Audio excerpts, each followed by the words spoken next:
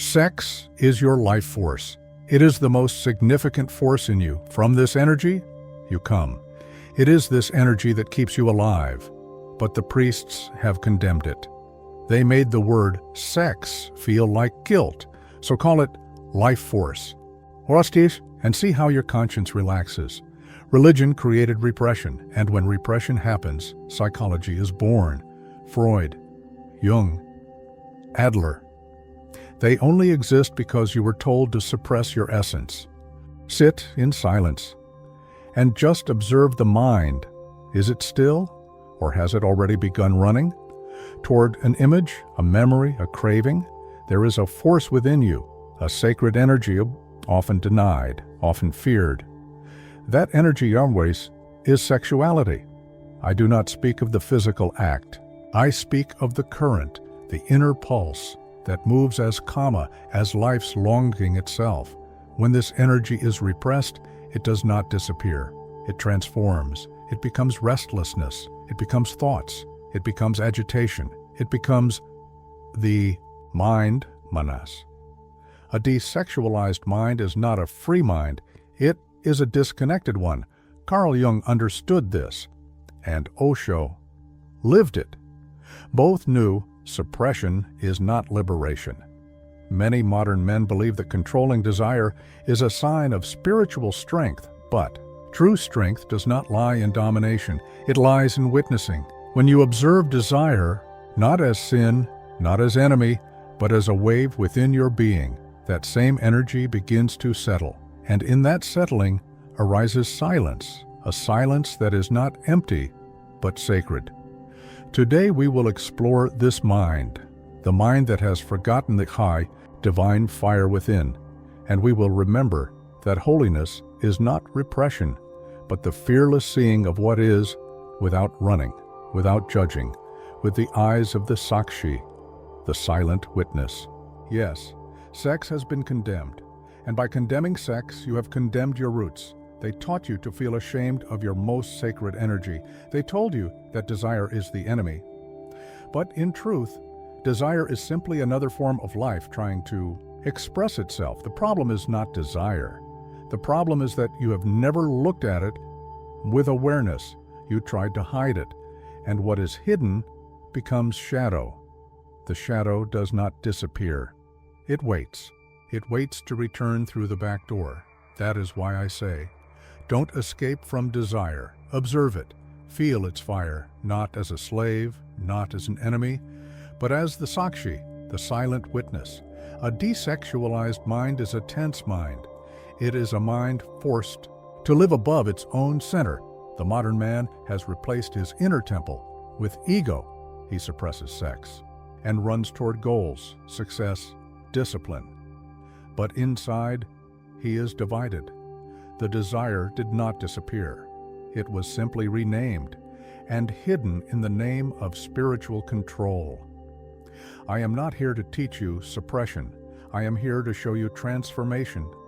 Energy that rises from sex can become compassion, creativity, meditation, but only if you see it. Karma is not the obstacle. Your relationship with it decides whether it is your prison or your liberation. Watch it without fear, without desire to conquer. Just watch, and in that pure watching, something begins to dissolve. What remains is peace, and in that peace, the eternal self is waiting.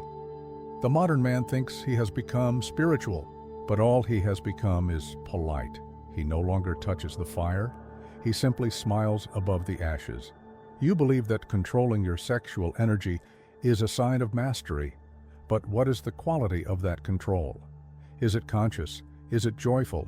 Or is it fear wearing the robe of discipline? A man who denies desire is not free. He is only avoiding a mirror, and when you avoid your reflection, you start decorating your mask. I have seen sannyasins who chant mantras with dry lips, who meditate with stiff backs, who speak of Brahman, but cannot look their own longing in the eye. This is not awakening. This is fear spiritualized. You must understand, the mind is clever. It will use even your search for liberation to build a more refined prison. You will no longer chase women, but you will chase followers. You will no longer seek the pleasure of the body, but you will seek the pleasure of being respected. Ego simply changes costume, but the play remains the same. You say, I have become pure, but that purity has no fragrance, no softness, no love, because it is not real. It is the shadow of your shame. Real purity comes when you allow the fire to rise, and you no longer flinch. You watch, you allow, and slowly. The energy, no longer judged, begins to move upward. It becomes light in your heart. It becomes silence in your eyes. It becomes prayer without a God. Most men are not afraid of desire. They are afraid of seeing it clearly, because once you see it without judgment, you realize how much of your life is shaped by its denial. Your ambition is sexual. Your desire to be better than another is sexual. Even your hunger for enlightenment often comes from the same root, a longing to be special, to be beyond, to be admired. Do not be fooled. The ego is not a single thing. It is a river of tensions flowing from what you have rejected. And sexual repression is its favorite spring. A man who runs from desire becomes a man ruled by projection. He sees sin where there is only breath. He sees weakness where there is softness. He sees temptation where there is simply beauty. This is how Maya operates. It blinds you by making your own energy appear as the enemy. What is the solution? Not indulgence, not suppression. The middle path is awareness. Look into your desire as you would look into the eyes of a wild animal, with presence, with alertness, but without fear. Do not deny it, do not feed it, just stay with it.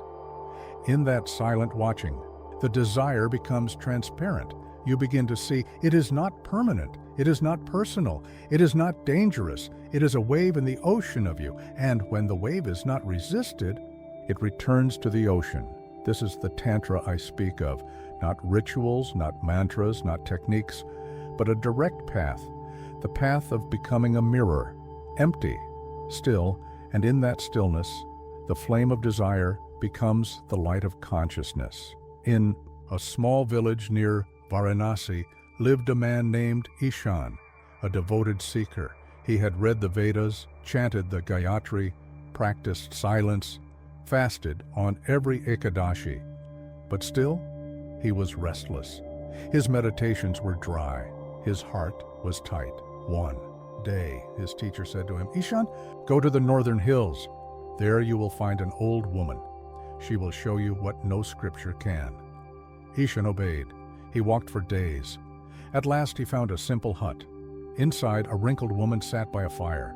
Come, she said, and sit. Ishan bowed. She handed him a small mirror. Look into it, she said. Ishan looked.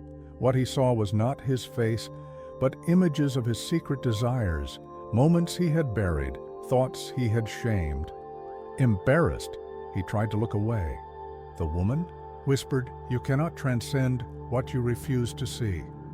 Then she placed the mirror in the fire.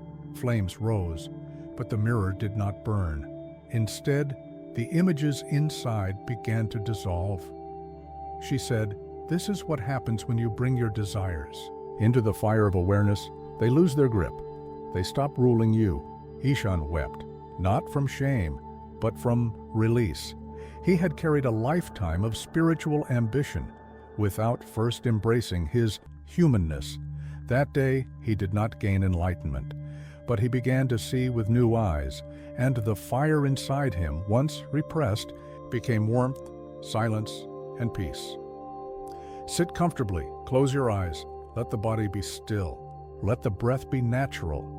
Now, bring your attention to your lower belly. This is where desire often begins. Not only sexual desire, but longing, craving, the hunger to become. Without changing anything, just observe. Is there tension?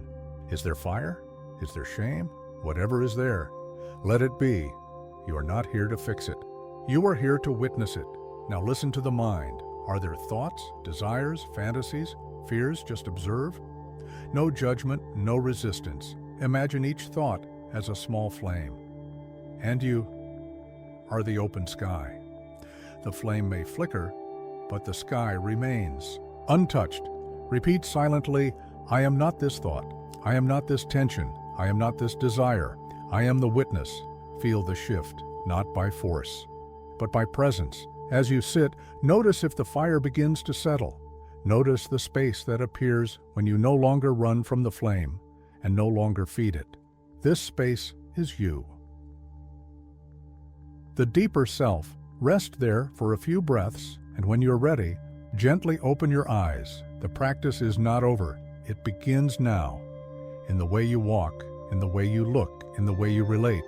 Not from tension, but from truth.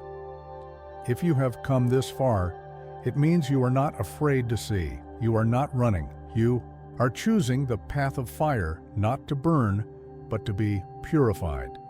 Now I ask you, as a fellow seeker, what did you feel in this journey? What part of your mind resisted? And what part of you breathed deeper? Leave a comment below, not for me, not for others, but for the one in you who needs to speak and be heard in stillness. You can write a word, a memory, a moment, or simply say, I saw myself. That alone is sacred. This is not just a channel. It is a shared fire where silence becomes understanding. Let your voice be part of that silence. You came searching for answers, and I gave you no answers, only mirrors, only fire, only silence, because truth is not something to be given. It is something you awaken into. The world will continue to seduce you with control, with power, with ideas of purity, but you who have touched even 1 second of real silence, you will no longer be fooled. You know now the real path is not upward or outward, but inward, into the breath, into the body, into the flame, and through it. That is where the self is waiting. That is where God hides, not in temples, not in scriptures, but in the space between one thought and the next. Go there, and may your fire become your freedom.